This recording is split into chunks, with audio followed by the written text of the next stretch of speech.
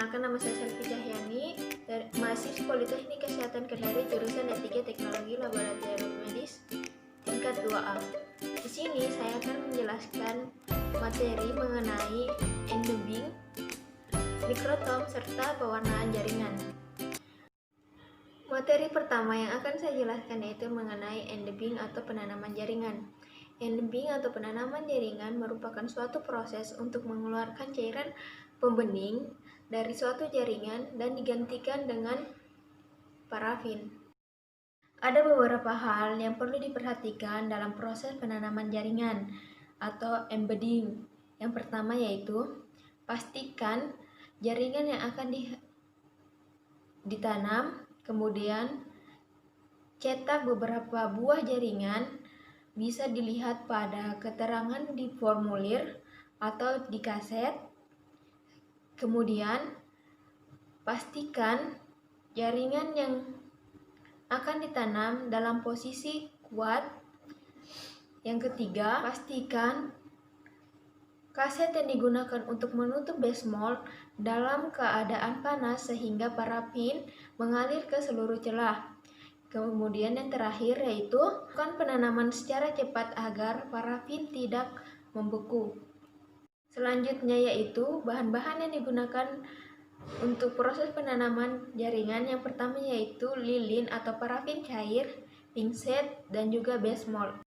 Adapun tahapan dari proses penanaman jaringan atau embedding yaitu yang pertama, tuangkan parafin cair ke dalam base mold secukupnya. Kemudian atur posisi jaringan sesuai dengan yang diharapkan. Setelah itu dinginkan dasar base mold sehingga posisi jaringan tidak berubah. Setelah itu tutup base mold menggunakan kaset jaringan. Kemudian tambahkan kembali parafin cair sampai batas maksimum, kemudian dinginkan dengan kondisi dasar base mold dingin. Adapun posisi yang benar untuk beberapa spesimen jaringan yaitu struktur tubular, penampang dinding, dan lumen harus terlihat arteri, vena, dan juga tuba fallopi dan spesimen phase difference. Untuk biopsi kulit yaitu eksis, penampang epidermis, dermis, dan lapisan subkutan harus terlihat. Adapun untuk kandung empedu, usus, dan juga biopsi epitel yaitu memotong bidang pada sudut kanan permukaan dan posisikan sehingga permukaan epitel dipotong terakhir.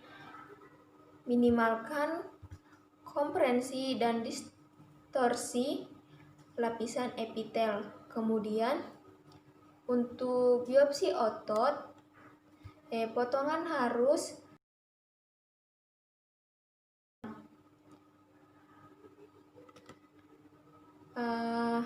beberapa potongan jaringan diposisikan berdampingan dengan permukaan epitel menghadap ke arah yang sama. Selanjutnya yang akan saya jelaskan yaitu materi mengenai mikrotom. Mikrotom merupakan suatu alat atau mesin yang digunakan untuk memotong atau mengiris spesimen biologi menjadi bagian yang sangat tipis untuk pemeriksaan mikroskop.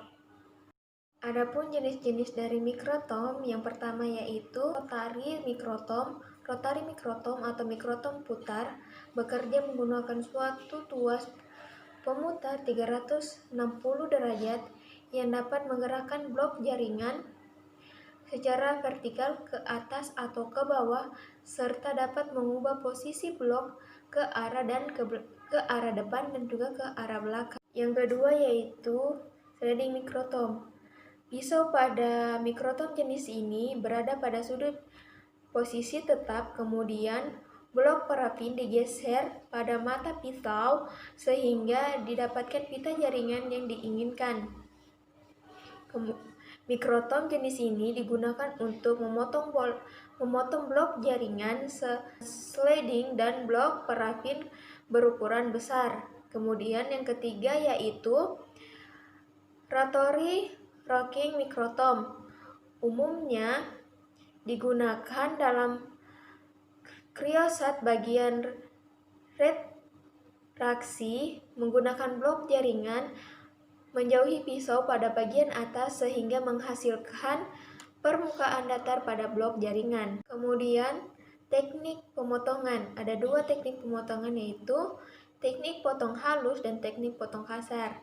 Yang pertama yaitu teknik potong kasar. Proses potong kasar atau trimming merupakan suatu proses awal pemotongan blok jaringan yang bertujuan untuk membuang kelebihan parafin yang menutupi jaringan sehingga permukaan jaringan dapat terbuka dan bisa dihasilkan pita jaringan yang utuh. Dikatakan potong kasar dikarenakan pada proses ini mikroton diputar pada ketebalan yang cukup tinggi yaitu 15-30 mikrometer.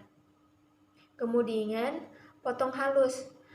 Proses potong halus ini bertujuan untuk menghasilkan pita jaringan dengan ketebalan tertentu. Blok jaringan yang akan dipotong halus didinginkan terlebih dahulu untuk memberikan suhu yang stabil pada blok parafin dan jaringan. Ketebalan pita jaringan untuk jaringan hasil rutin ialah 3-4 mikrometer. Selanjutnya yaitu langkah-langkah pemotongan. Yang pertama, pasang jepit kaset jaringan, pastikan roda pemutar dalam keadaan terkunci. Kemudian, pasang dan atur sudut kemiringan pisau, kemudian dikencangkan. Adapun prosedur potong kasar yang pertama yaitu tempatkan blok jaringan pada posisi yang tepat dengan mengatur tuas pemotong kasar. Kemudian buka kunci tuas pemutar. Setelah itu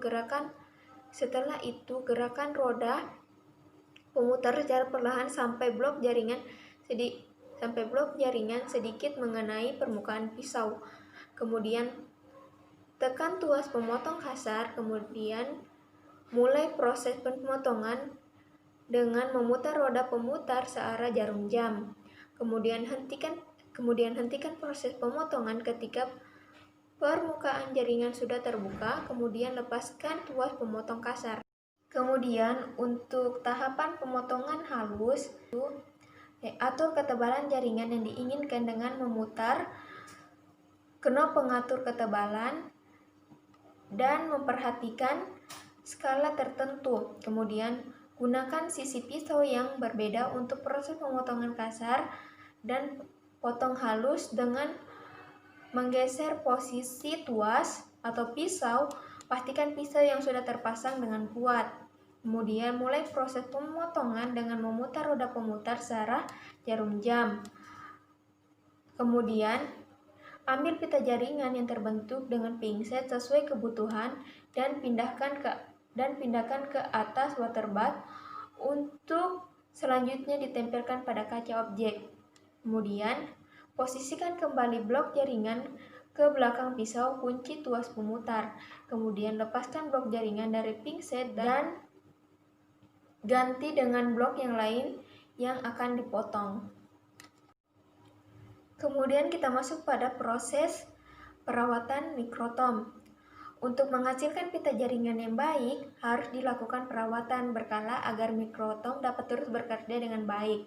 Beberapa di antaranya adalah: yang pertama, lepaskan blok jaringan dari penjepit blok. Pastikan tuas dalam keadaan terkunci sebelum hal ini dilakukan.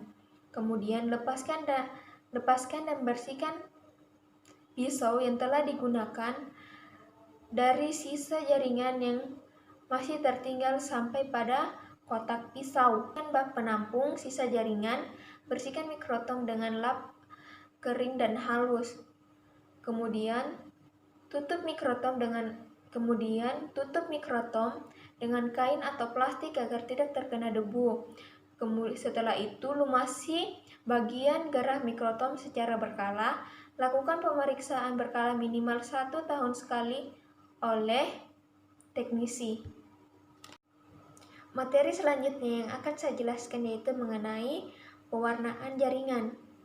Pewarnaan jaringan sangat diperlukan untuk mewarnai komponen-komponen jaringan yang transparan setelah melalui proses pematangan jaringan. Pewarnaan jaringan dapat memperlihatkan struktur dan morfologi jaringan, keberadaan dan prevalensi sel-sel jaringan tertentu. Pewarnaan rutin yang biasa digunakan untuk histopologi adalah pewarnaan hematoksilin, eosin, atau H dan E. Setelah itu, dasar hematoksilin dan eosin.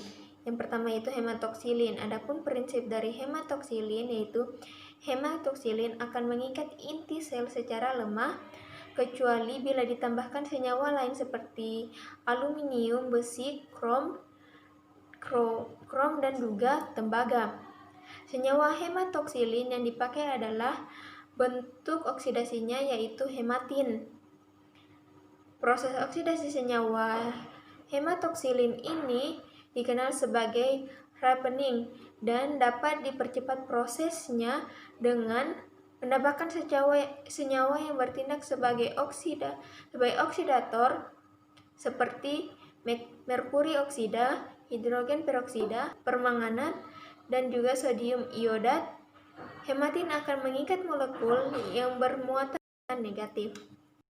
Adapun macam-macam dari hematoksilin yaitu yang pertama hematoksilin Ehrlich, hematoksilin Mayer, hematoksilin Harris, hematoksilin Cole, hematoksilin Tracy, hematoksilin Gill, dan hematoksilin Delafield. Selanjutnya yaitu diferensiasi. Proses lain dalam pewarnaan hematoksilin dan eosin adalah diferensiasi. Diferensiasi adalah proses penggunaan larutan asam untuk menghilangkan pewarnaan yang berlebih atau dekolorisasi.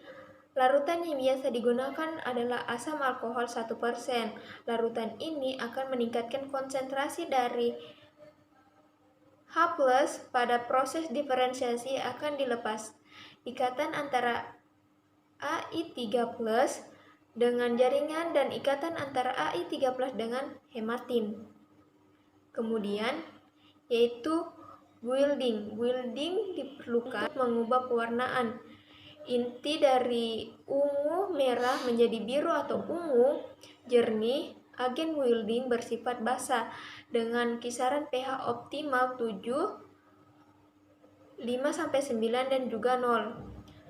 Agen wielding diantaranya adalah Scotch tap water, ammonia water, lithium karbonat. Cara kerja wielding adalah dengan meningkatkan pH,